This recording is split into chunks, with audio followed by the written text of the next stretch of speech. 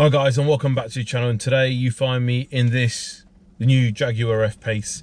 So this, staying with the normal theme, this is a plug-in hybrid. So this is the P400e in the R-Dynamic SE derivative. So let's talk about the spec. This is a £63,000 car, but I will say the quality in the car, it does actually feel like it. Let's talk about the options. So this has got metallic paint, so it's in finishing Ida Grey. It's got the black pack. It looks so good with it. I'm a big fan of that. Fixed panoramic sunroof and privacy glass. Again, an option in a Jaguar, exactly as we found recently in the Land Rovers. So this is a plug-in hybrid. So it's a 2-litre compared to those Land Rovers that are 1.5. And they believe it can have an electric range of up to 33 miles. Oh, only one way to find out. Let's go for a drive.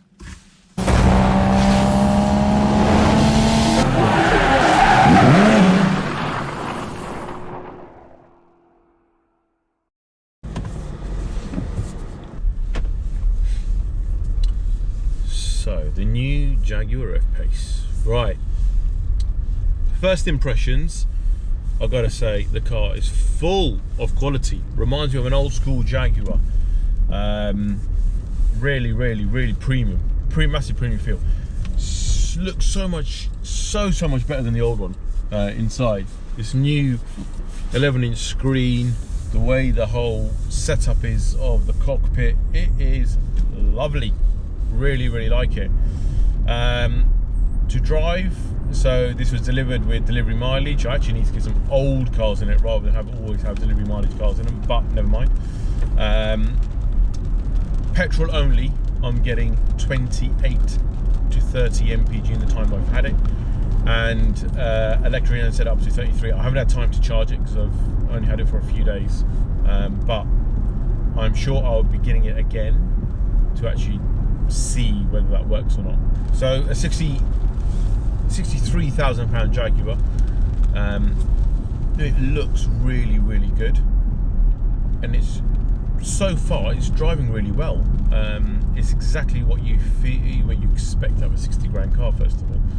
But the quality finishing, so this has got the white stitching everywhere. It just looks really good, really premium. I know some have said that the rear seats feel a bit tight, a bit small, but I haven't found that. There's no issue from my perspective or my passengers. As I said, the MPG you're getting about between 28 and 30 purely on petrol. It's 2-litre petrol engine. It's a total of 404 horsepower in this. Really good, really great engine. And again, it's with the 8-speed ZF, I think it's a ZF gearbox.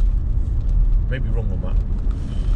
I have to say, what they've done inside compared to the old one is, it's amazing. It looks absolutely fantastic. I love it. I love the new setup. Well done to the Jaguar designers that have done this. I expected it to be similar to some of the Land Rovers I've recently driven, but it's not. I think this actually looks better.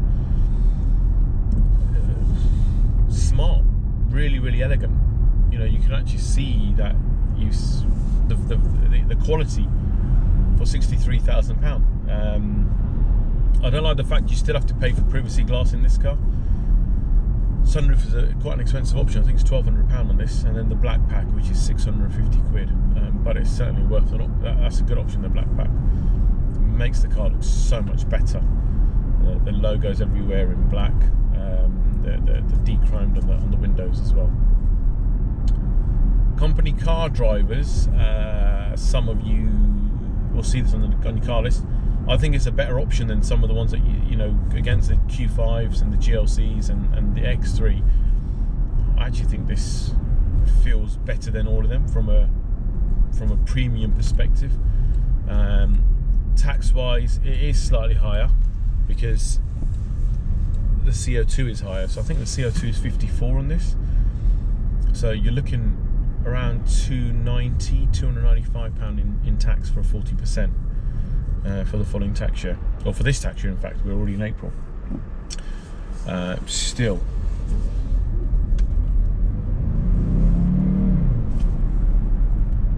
does like to go. slight lag when you put your foot down, but when it gets going, it goes. It does kind of feel that good handling car.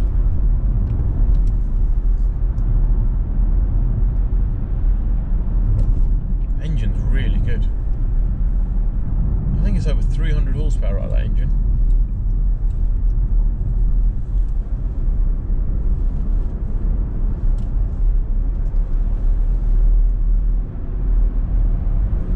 The wheels that you see on this car are standard, and they look, I think they're 20-inch wheels, they look absolutely gorgeous. They look better than the configurator.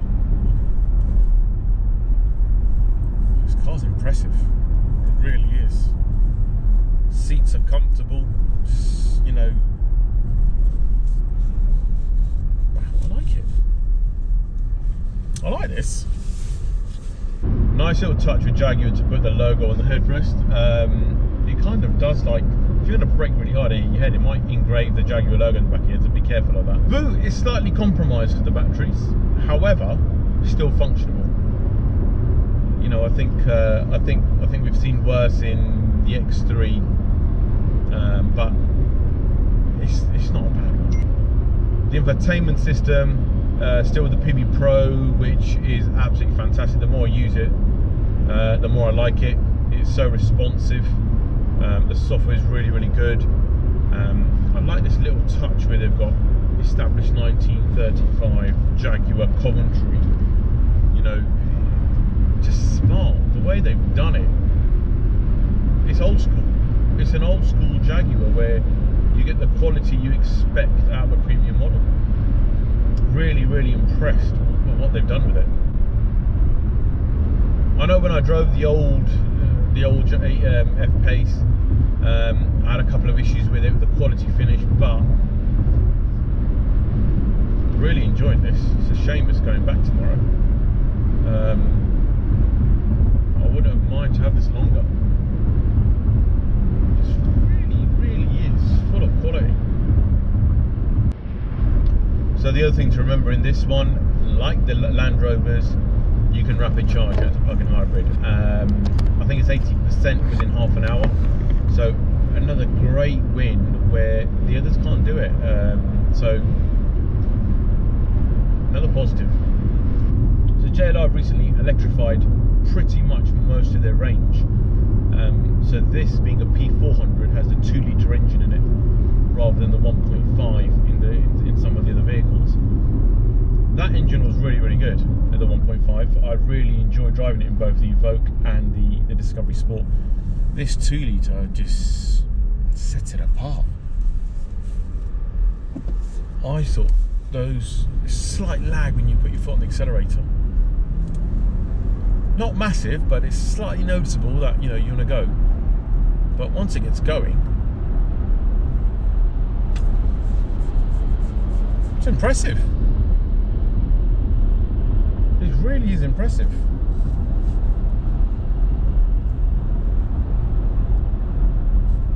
It's a head turner.